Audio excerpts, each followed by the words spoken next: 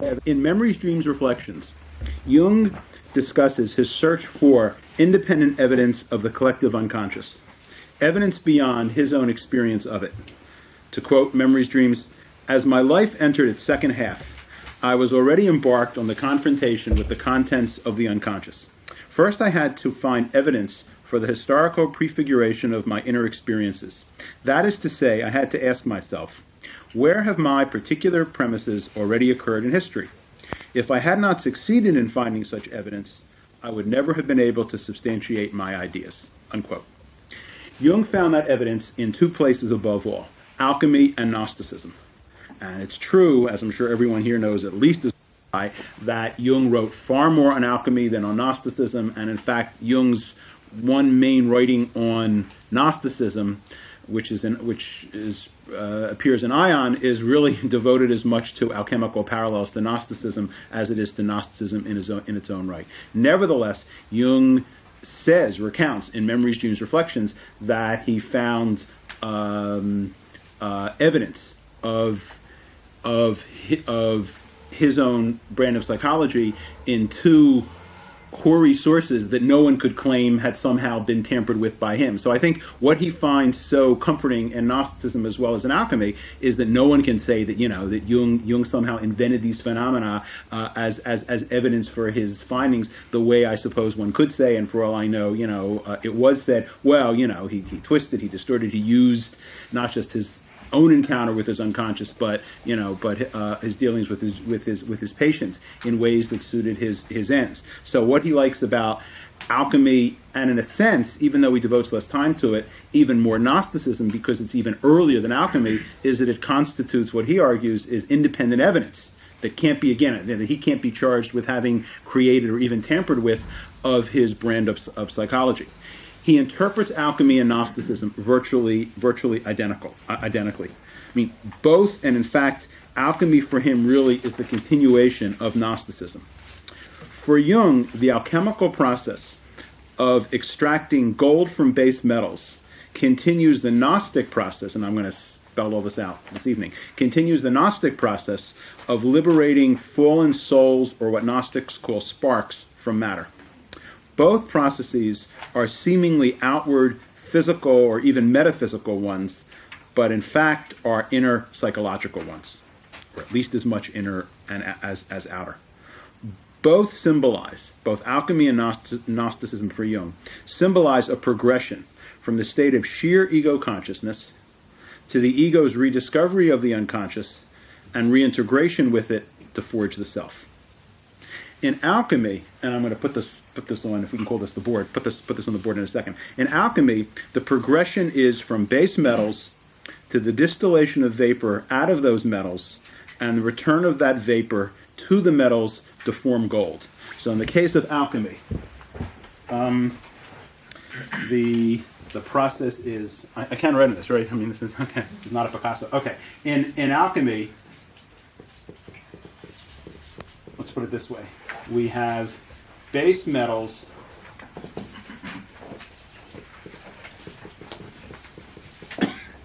plus the vapor that's distilled out of those metals, together yielding gold, silver, given the currency markets, Deutschmark, so we hope, but yielding whatever the precious substance is.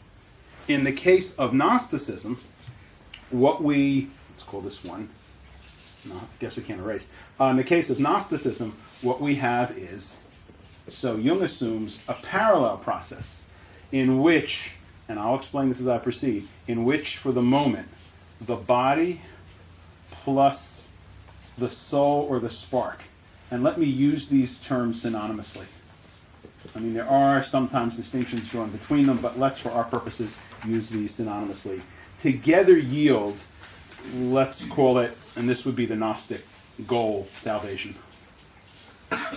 These two processes for Jung are parallel to the analytical process, let's just call this psychology, of melding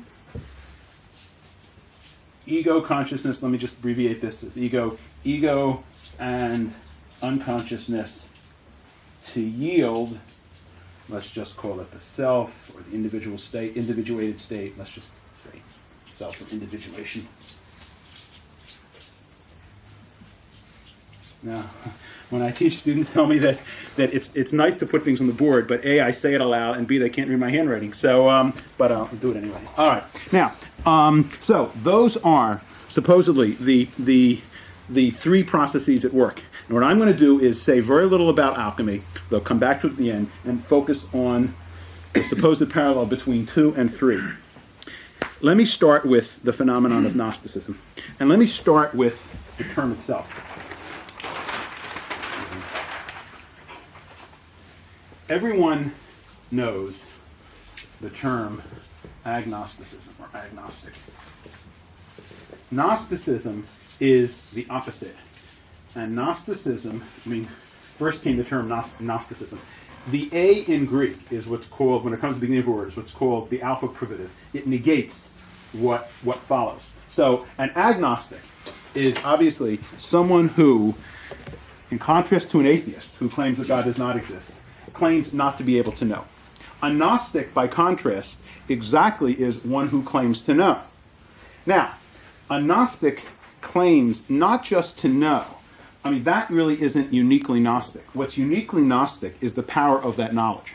That is, Gnostics claim that to know God, the real God, is automatically to obey that God.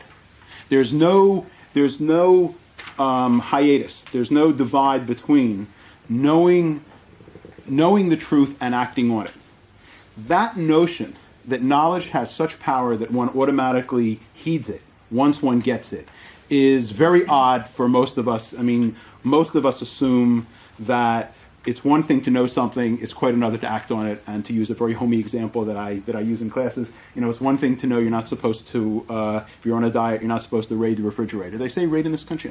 One thing about teaching abroad is you get so self-conscious of cliches and colloquialisms. Anyway, so I trust you understand what I mean, even if whether or not you use the phrase raid the refrigerator.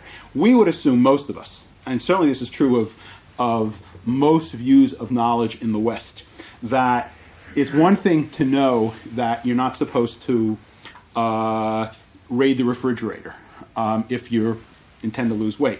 But we would assume that it's one thing to know it, it's another thing to act on it, and that we can know, and genuinely accept the fact that we are not supposed to raid the refrigerator. That doesn't always stop us from raiding it. Granted, if we didn't know we weren't supposed to raid it, let's even say we would raid it more often than we would knowing it. But knowing you're not supposed to do something, or knowing you are supposed to do something, by no means automatically entails that you refrain from doing it or that you proceed to do it. The stress on knowledge and Gnosticism. So, Gnosticism comes from Greek meaning knowledge, and the Gnostic is exactly one who knows, just as the agnostic is one who doesn't. The stress on knowledge and Gnosticism is on not just that one knows, but the power of that knowledge. The only view, this is somewhat of a digression, so I won't dwell on this, but really the only view in the West that comes close to giving the same power to knowledge is Plato's. In contrast, let's say, to his disciple and rival, Aristotle.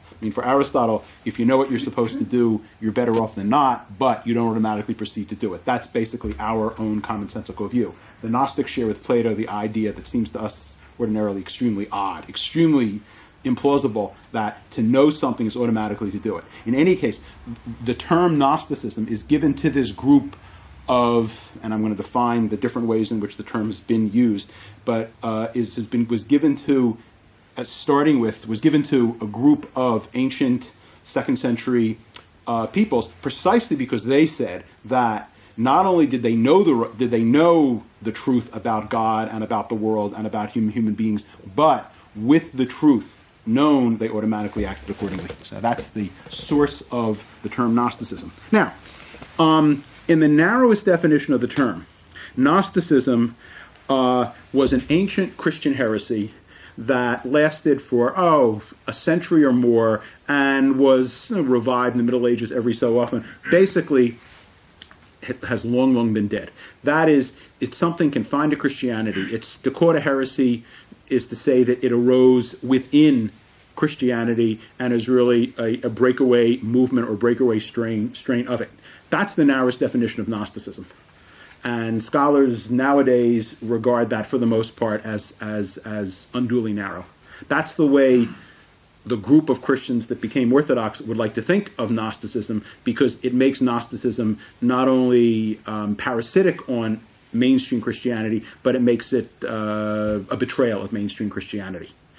A much broader way, not the broadest, but a broader way of defining Gnosticism, which still sees it as an ancient phenomenon, still sees it as ancient. In other words, says that Gnostics existed a long time ago but haven't existed for 1,000 years or more, sees it as not just Christian, let alone a heresy within Christianity, but rather virtually a religion of its own. A religion that, in fact, antedated Christianity and as much influenced Christianity as was influenced by Christianity. And a movement that influenced not only Christianity, but also Judaism and paganism. That is basically the way Jung himself understands Gnosticism. That is, for the most part, and I'll go into this as I proceed, he sees it as an ancient, not, and I will qualify this, but still, for the moment, he sees it as an ancient movement. Now, an ancient movement that believed in the duality of all things, the duality of God, the duality of the world, and most important for Jung, the duality of human beings. That human beings were divided into roughly bodies and souls. There's some brands of Gnosticism in which people are divided into threes, but the point still remains. Human beings, whether divvied up into two main components or three, are basically divided human beings, and they are aware of, they are in contact with one part only, the part that corresponds to the body. The knowledge they get, which comes exactly as a revelation, in fact, in Gnostic texts literally is a revelation, is that there's more to them than they had ever known before. And what they discover, not on their own, but through the help of a revealer, who in Christian forms of Gnosticism is no one other than Jesus, is that they not only have the body, that they knew of before, they also have, and again, I'm using these terms synonymously for now, they also have a soul or spark. Once they discover that, then their lives are transformed. And what their obligation is from that moment on till the moment in which they die is to cultivate the soul in all kinds of ways. And to cultivate it at the expense of the body. Gnosticism not only believes that human beings are divided against themselves, whether into twos or into threes, but the division is proper. Or better, the ideal state is not one in which these two are somehow reconciled. It's the state in which the body is rejected altogether for the soul or the spark. Now, one can't get rid of the body during life. Granted, one can distance oneself ordinarily. One can distance oneself. I know some persons have come pretty close. One can distance oneself from it, but one can't reject it altogether during life. I mean, ordinarily, by definition, unless one has the body, one is not alive. What one can, however, do, and this is what Gnosticism demands, and again, given the stress on knowledge, this is what Gnostics claim they automatically do once they get this teaching, is to devote themselves continuously throughout the rest of their lives, from the moment they get this revelation until the day they die, devote themselves to cultivating, to nurturing, to developing this heretofore unknown part of themselves at the expense of the body, and complete the process only at death, when at last, happily for them, they are freed of the body, and they can therefore sever themselves literally from the body and return to God. God being the equivalent of some kind of, we could almost call it a cosmic soul. So let's just call it God. That is, the Gnostic view is that souls and human beings are really pieces of God that in the beginning, the equivalent of Gnostic creation, through what would in Gnostic terms be the real fall, got split off from God. They're like pieces of a sculpture that simply got cut off accidentally, find themselves in the material world, most specifically in human bodies, and need to be reunited with their source. So the Gnostic goal is one of reunification, but the reunification is one of individual souls, all these souls in human beings being reunified with the rest of God. Now, Some brands of Gnosticism are egalitarian, which is to say all human beings have souls. Others are more elitist. Only a few do. Either way, whether souls are to be found in all human beings or only in an elite, the aim of Gnostics is to not just nurture their souls, but do that as a means to an end. The end again being the reunion of their individual souls with, we can call it the mother soul or the father soul, back in, let's call it heaven. Now, there's a broader definition yet of Gnosticism, in which Gnosticism is not just an ancient phenomenon, be it Christian or more than Christian, but a living one. Either one that's survived through the centuries, or at worst, one that has been latent or been overlooked, and that is now reemerging. In other words, in the broadest definition of the term, Gnosticism is a modern phenomenon. There are Gnostics today. Who those are varies from writer on modern Gnosticism to modern writer. But for those for whom Gnosticism is a living phenomenon, Gnosticism isn't committed to a division into body and soul. That is, it's not committed to any particular set of substances that are entities that human beings are composed of. Rather, what it's committed to, what's required for there to be modern Gnostics, is simply the belief that human beings are alienated from their true selves. Again, those true selves need not be souls over against bodies. They can be any substance. They can be composed of any substance. They can be any entity. What counts is simply the notion that human beings are, again, divided against themselves. That is the heart of modern Gnosticism. Modern Gnosticism, in contrast to ancient Gnosticism, doesn't require any kind of similar division in the world. It doesn't require any kind of division in God. It doesn't even require God. It's much more exclusively human-oriented. It's much more concerned with the nature of human beings than it is with the nature of human beings as part of the nature of the cosmos, as part of the nature of God. I mean, ancient Gnosticism, whether in the narrowest definition as a Christian heresy or the broader one as a religion of its own, sees the division within human beings as simply a part of a division in the cosmos, which itself is part of a division within God. So ancient Gnosticism is interested in placing the present state in which human beings find themselves in the larger perspective of the state in which the world itself, and indeed God himself, is. So that again, the Gnostic ideal, the ancient Gnostic ideal, is not just one in which individual human beings rediscover their souls and cultivate them. That's only part of the process. Again, the payoff in ancient terms is the reunification of these souls with what's called in Gnostic terms the Godhead, with this God from which human beings are really, human souls have been chipped off. That's not a requirement, to say the least, in modern Gnosticism. In modern Gnosticism, the focus is really on human beings in and of themselves. All right. Now, I think the best way to show the way Jung views Gnosticism is to run through my probably somewhat presumptuous history of Jung's. I don't have enough pages. Is history of Jung's what I'm calling Jung's history of the psyche, and I divide this up, and I'll do this quickly, into 4 stages. Some of the terms are Jung's, some of the terms are mine. Let me just run through these somewhat quickly. And the reason I'm doing this is that when we come to the 4th stage, what I call contemporary, we get to what I think is, for Jung, the present-day counterpart to ancient Gnosticism. So again, I don't quite think that Jung is saying there are today modern Gnostics. What I think he's saying is there are today persons who are the counterpart to ancient Gnostics. Okay. By primitives, I on behalf of Jung, mean persons who are whose lives are entirely unconscious, in whom consciousness is only beginning to emerge. By consciousness, I, on behalf of Jung, mean initially awareness of oneself as a subject or I, distinct from both the external world and the unconscious. The first center of consciousness for Jung is the ego, so that the development of consciousness means at first the development of the ego. Because the consciousness of humanity has developed slowly, the ego of primitives is weak.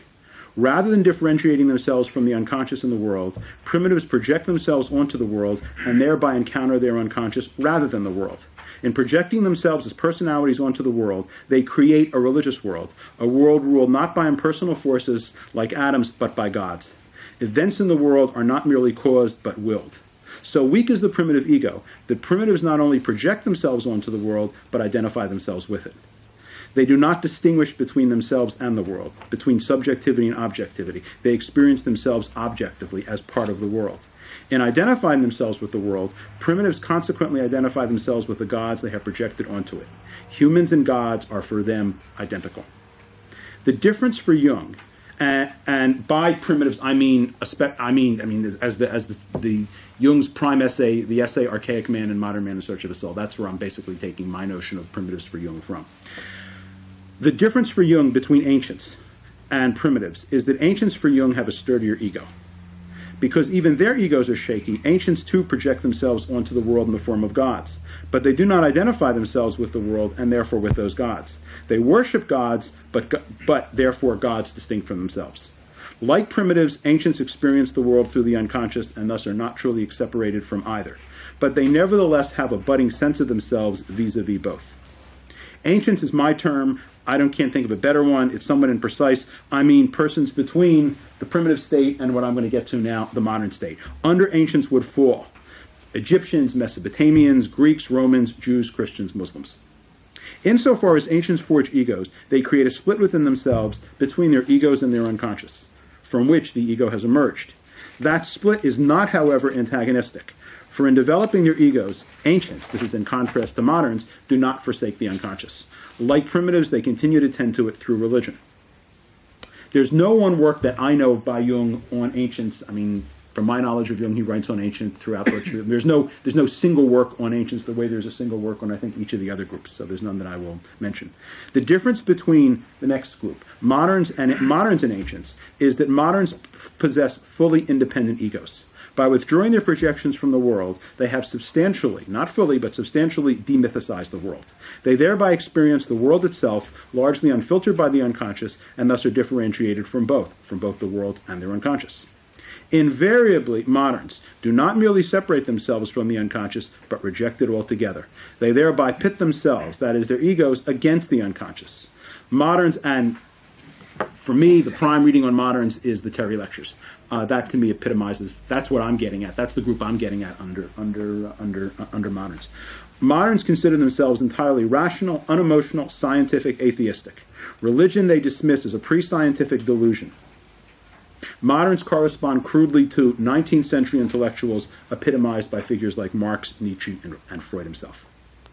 The difference between, finally, contemporaries and moderns, and contemporaries is my term, is that contemporaries are conscious of, let's call it, their non-rational side. They may not be conscious of its unconscious source, but they're conscious that there's more to them than rationality. Like moderns, contemporaries who correspond roughly, crudely, to 20th century intellectuals, like moderns, contemporaries reject religion as a pre-scientific relic. But unlike moderns, they are not satisfied with the scrupulously rational life that they have inherited from moderns, and quite the contrary, yearn for the kind of fulfillment that religion once provided. They seek new non-projective outlets to replace the dead projective ones of religion. They do not, like moderns, boast of having transcended the need that religion once fulfilled.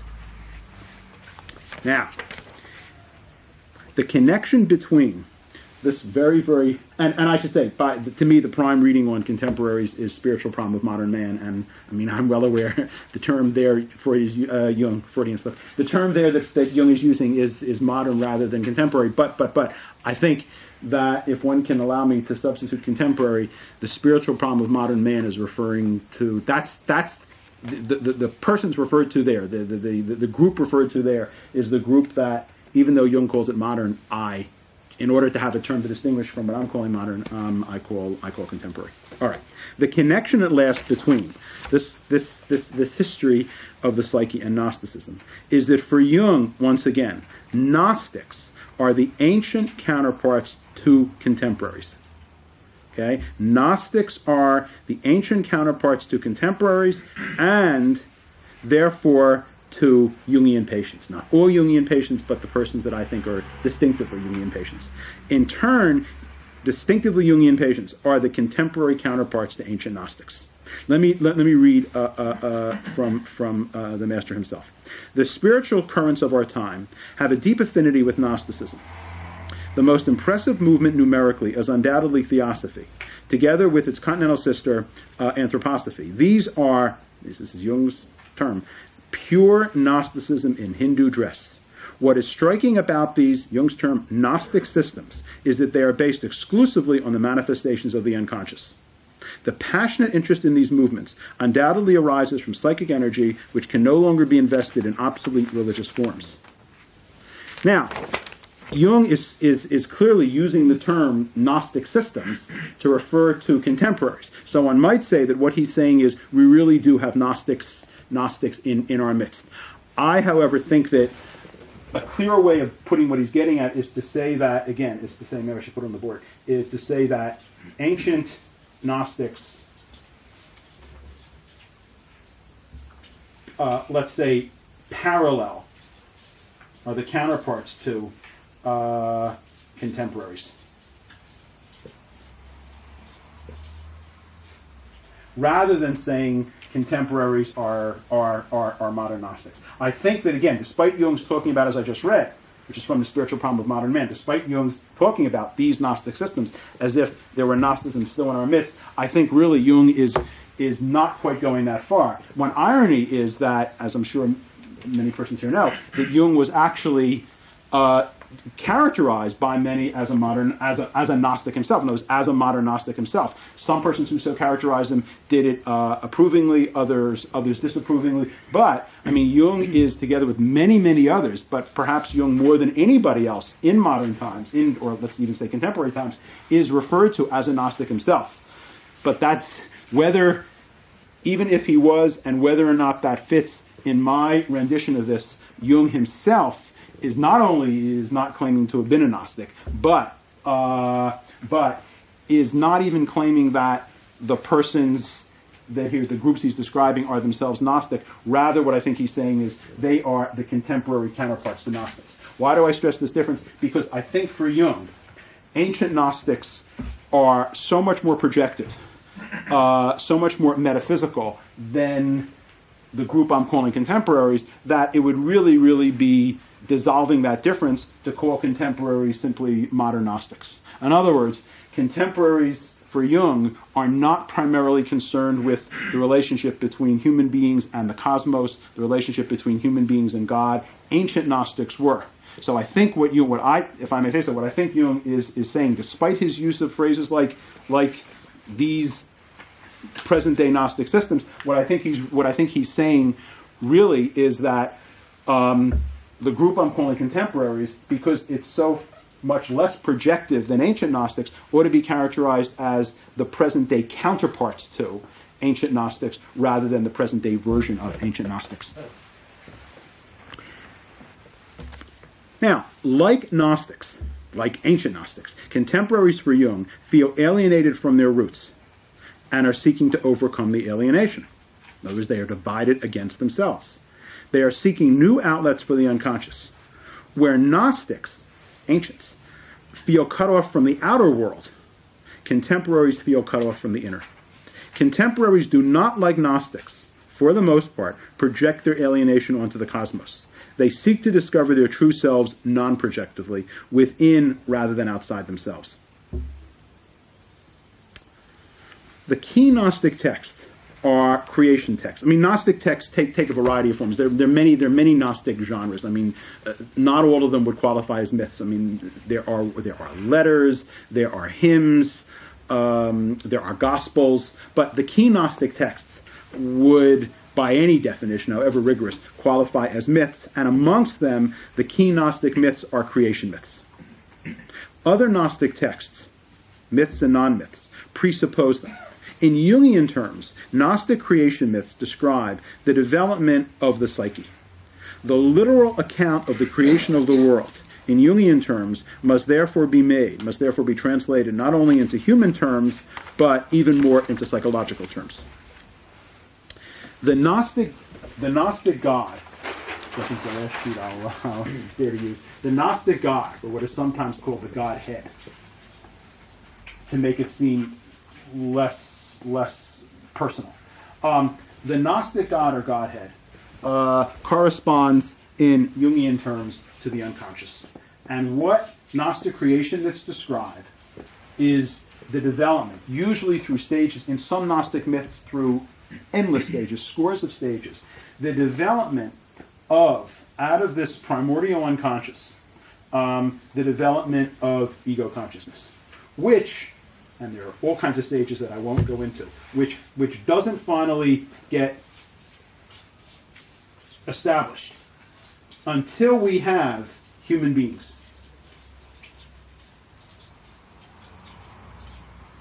So, in between, if we call this stage one and let's call this the first stage and let's call this the last. In between, Gnostic creation that's described, an almost endless, in many cases, a seemingly endless number of stages that lead from the breaking away of pieces of this God to their finally finding themselves implanted in human beings. So what we get is, we get a creation story, which it's just that creation begins in Gnosticism with the equivalent of a fall. In other words, the fall does not begin, as in Judaism and especially Christianity, once creation takes place, as if creation itself were good, the opposite.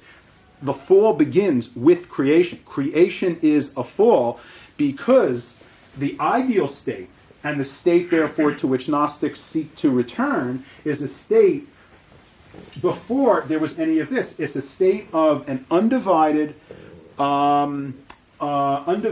monolith, namely God himself or the Godhead itself. So creation is, for Gnosticism, the fall. Human beings are not, as in Judaism, especially Christianity, the causes of the fall. The opposite. They're the victims of the fall. I mean, they just represent the last stage of the process. That is, why do they wind up divided against? Why do they wind up as souls encased in bodies who need to rediscover those souls within themselves? They don't do it because of anything they've done. They do it because of what's happened in between. There are all kinds of, I won't go into detail for lack of time, but there are all kinds of gods that are involved in these multiplicity of stages. It's gods, and ultimately the highest God, who is responsible for everything that has taken place. Now, what's nice about Gnostic myths, from a Jungian point of view, is that they describe not only the development of the ego out of the unconscious, since everything comes out of this God, they develop it as a very, very gradual process. There are all kinds of long chains of what are called emanations, things that come out of this God, that capture very nicely the gradualness of the development of the ego through the four stages that I tried to describe earlier. The emergence of the ego is captured nicely in Gnostic myths because not just is creation a gradual process in Gnosticism, it's also a difficult process. If on the one hand, for Jung, the unconscious creates spontaneously, on the other hand, it clings possessively to its progeny. The ego, for its part, wants to be independent of the unconscious and to be sheltered by it. In Gnostic myths, that's captured by the fact that the God or the Godhead, on the one hand, freely and knowingly emanates parts of itself, yet then strives to reclaim those parts. In turn, those parts commonly yearn both to create themselves and to be reabsorbed by the Godhead. So that this mutually ambivalent relationship between the Godhead and its emanations fits, I think, very snugly the relationship between the unconscious and the ego. Yet for all its ambivalence, the ego, once independent, inevitably forgets, if not repudiates, its origins. In other words, let me put this in cosmic terms. Nothing forces the Godhead to release parts of itself. In fact, it's not an ideal metaphor to talk about, in my metaphor, a bit of sculpture from which things are chipped away. What happens is the Godhead, which is all-knowing and all-powerful, and therefore not only should know better, but is in no way obliged to do what it does, despite its better knowledge and its supreme power, nevertheless emanates parts of itself that eventually wind up again as the the souls or sparks of human beings, and then this same God is the one that seeks to reclaim those, either directly as Savior or by sending another part of itself, which in Christianity in Christian Gnosticism would be Jesus, and other forms of Gnosticism would be other saviors, to go down, enlighten these presently benighted human beings about who they really are, and get them to undo the very process that this God freely and knowingly did. I mean, that's the great paradox of Gnosticism, that God is trying to undo the very thing that God need not have done and should have known better than to do. But I mean, all of this just fits very well. I mean, I think the relationship for Jung between the ego and the unconscious. It's an enormously ambivalent relationship, where on the one hand you want to do this thing, and yet on the other hand you don't. Where on the one hand you want to break away, you want the ego to develop. On the other hand, you don't. You want to reclaim it. So it's that ambivalence that I think in Jungian psychology is very nicely captured by Gnostic myths. Now, non-Gnostics and Gnostic myths are those who do not realize they have souls. In some brands of Gnosticism, they don't actually have them, but in more egalitarian forms of Gnosticism, they do. They just don't know that they do. So when the revelation comes, they just miss it. I mean, it just doesn't register with them. Gnostics are those for whom the revelation holds. Now, again, given my definition of Gnosticism, anyone for whom it takes hold automatically acts accordingly, but that doesn't mean that it takes hold in everyone. So non-Gnostics are those in whom it doesn't take hold. Gnostics are those in whom it does. The response of Gnostics to the revelation is what parallels that of contemporaries to their own discovery of their own heretofore unrecognized self, a sense of awe, a sense of gratitude. It is the disclosure in both cases of a heretofore unknown dimension of oneself, and that provides a fulfillment that is tantamount to salvation. As Jung says of contemporaries, quote, "I do not believe that I'm going too far when I say that modern," and I'll substitute, "contemporary man, in contrast to his 19th century brother, turns to the psyche with very great expectations, and does so without reference to any traditional creed, but rather with a view to Gnostic experience," unquote.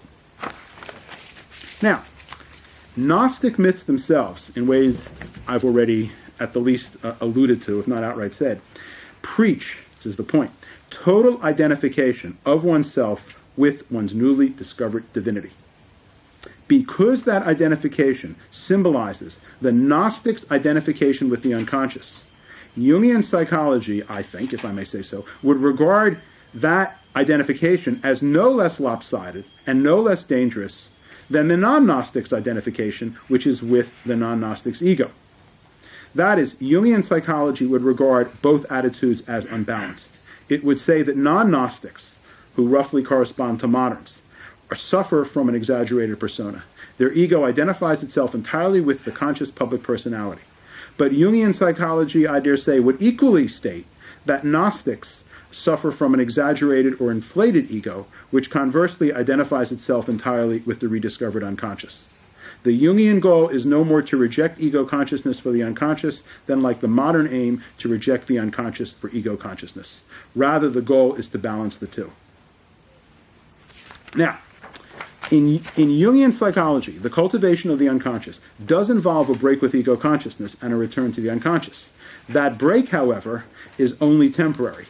The goal is not, ultimately, reversion to the original state of unconsciousness, but on the contrary, the elevation of the unconscious, or better, the symbols of it, to consciousness. One returns to the unconscious to raise it to consciousness.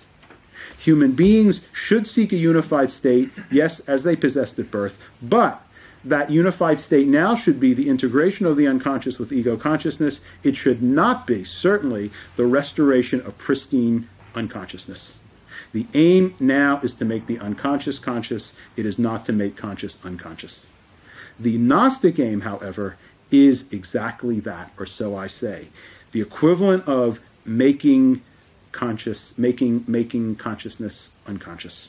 That is, reversion to the incipient state of humanity, and in Gnosticism, the incipient state of the cosmos as well, not the transformation of either. The aim is a return to the state prior to the emergence of both the world and humanity itself. The aim is the dissolution of all creation and reversion to the state, the original state, the pristine state of a unified Godhead. In Jungian terms, I suggest, that state corresponds to sheer unconsciousness. It parallels the state, not as Jung saw it, of contemporaries, but of primitives, and even earlier than primitives, the Euroboric state before birth. The Gnostic, in other words, in Jungian terms, is shedding ego consciousness altogether. Consequently, Gnostic myths do not urge human beings to alter their souls. Gnostic myths do not urge the enlightened to fuse their souls with their bodies, to fuse the Godhead with the material world. Rather, Gnostic myths urge the escape of the soul from the body and the world and the material world, and once again, the restoration of the soul or spark to its pristine state of oneness with the Godhead. Yes, that state is one of unity, but it's a unity of all divinity. It's the reabsorption of all pieces of divinity. It's not the reunification of divinity with matter. It's not the unification of soul with body. It's the unification of soul with more of the same. In preaching both a return to the original state and a rejection of the present one, Gnosticism, I suggest, advocates as its ideal the opposite of Jungian psychology. What for Jung is a means to an end, return to the unconscious, is for Gnosticism the end itself. What for Jung is the end, the integration of the unconscious with ego consciousness, is for Gnosticism the very predicament from which Gnostics are instructed to extricate themselves, the association of divinity with matter, the association of souls with bodies.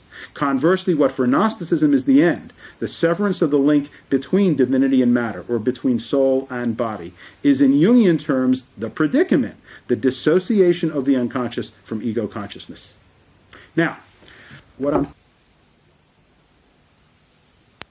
and then cease is that back to the first thing that I wrong lecture is that, as I've obviously anticipated here, these parallels don't hold. Better, the Gnostic case doesn't hold, because in Gnosticism, salvation comes about, not just comes about. Salvation, by definition, it is the integration of two elements to form some kind of larger whole. But the two elements being unified in Gnosticism, in ways that I hope I now have made clear, are not the body and the soul in the case of human beings.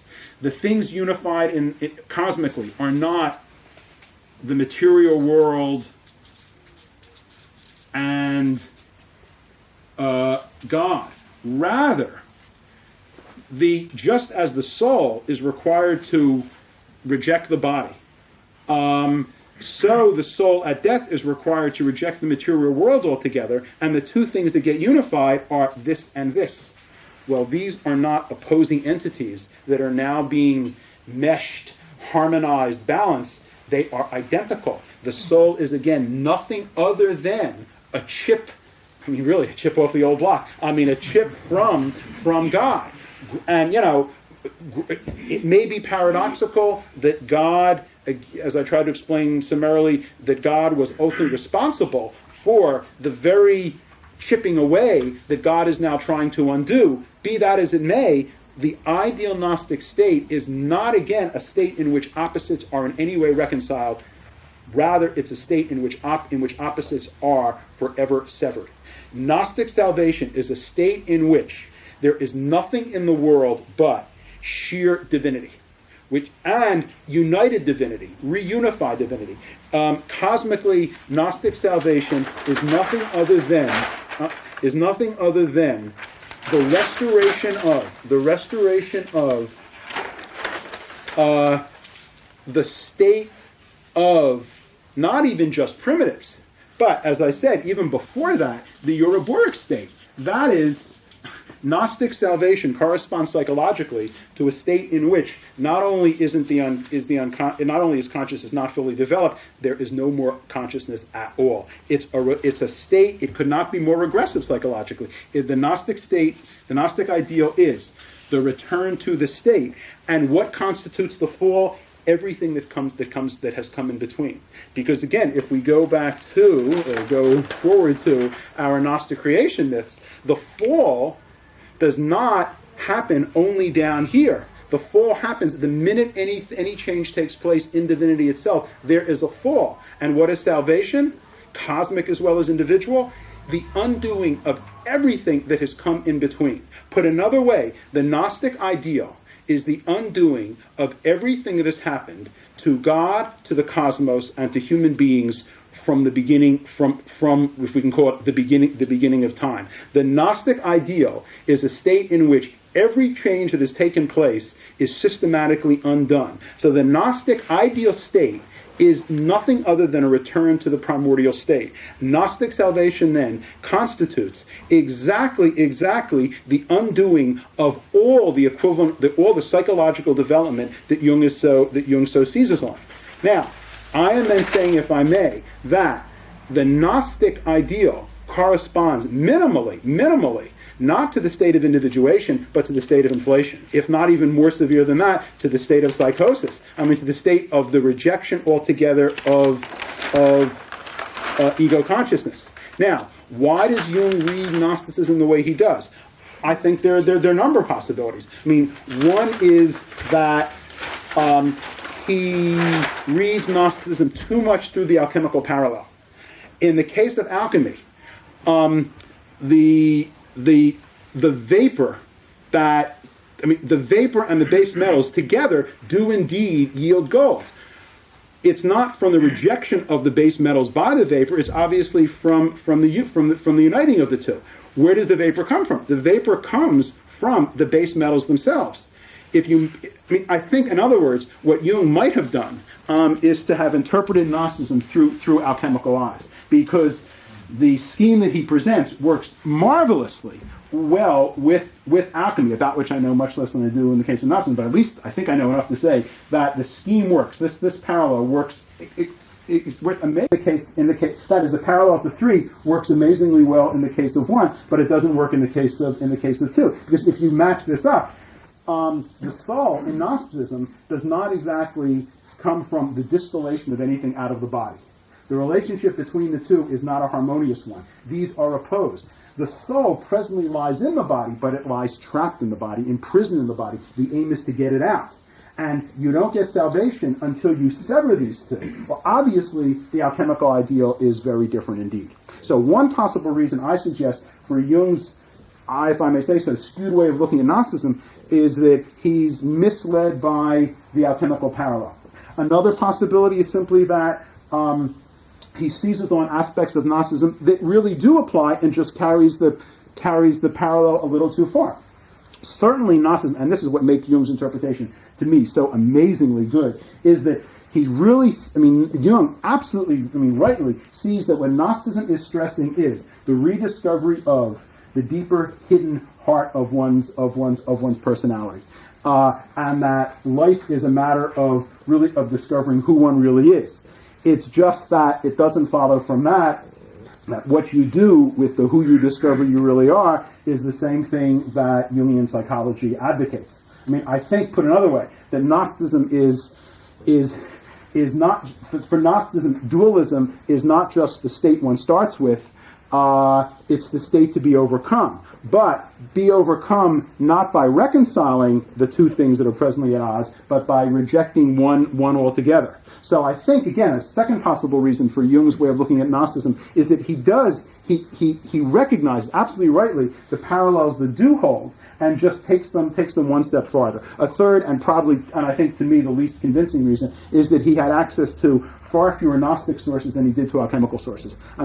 When he was writing on Gnosticism, most of what he knew, as he himself says, most of what he knew about Gnosticism comes from the writings of its enemies, mainstream Orthodox Church Fathers. Perhaps if Jung had access to Gnostic finds that were made in the mid 40s. I mean, had use of them, access to them earlier in his career, he might have interpreted Gnosticism differently. I'm skeptical that he would have, but that's at least a possibility. So what I'm saying in sum is that I think that Jung makes, just uncanny sense of many aspects of Gnosticism, taken as an ancient phenomenon and certainly taken as a modern. Even taken as an ancient, where the demands would be more rigorous because there are more parts to it, I think Jung makes just uncanny sense of he makes especially good sense of the experience of revelation itself. That is, the experience, the discovery that one has no idea who one really is, that there has always been a part of oneself, and not just a part, but the core of one's personality,